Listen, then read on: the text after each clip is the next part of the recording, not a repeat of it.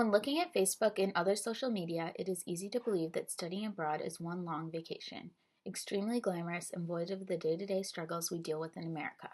But of course, there's much more to consider and understand about the time we spend abroad. I grew up in a small town surrounded by farms, with two amazing parents who were really attentive and supportive.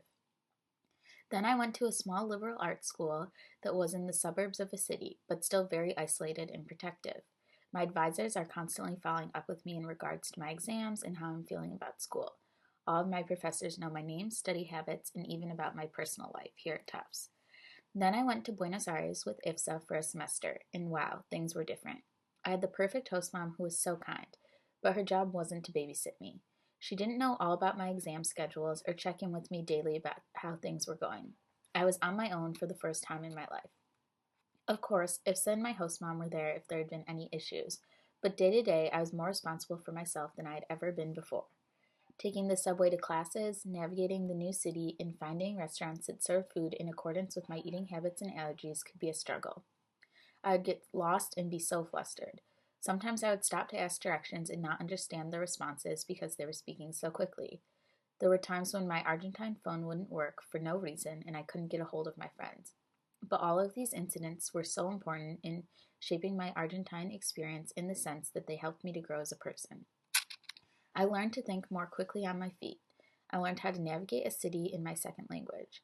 Of course, my Spanish improved much more quickly than it could have in the United States. And best of all, I learned more about what I like to do. Being outside of my comfort zone was one of the best things for me. I've been more confident since I've been back in the States. If I could travel around South America by myself, I could definitely be more confident when advocating for myself and finding my way around Boston. So yes, showing my friends and family thousands of pictures of South America may have made my study abroad seem like an extended vacation. But of course it wasn't.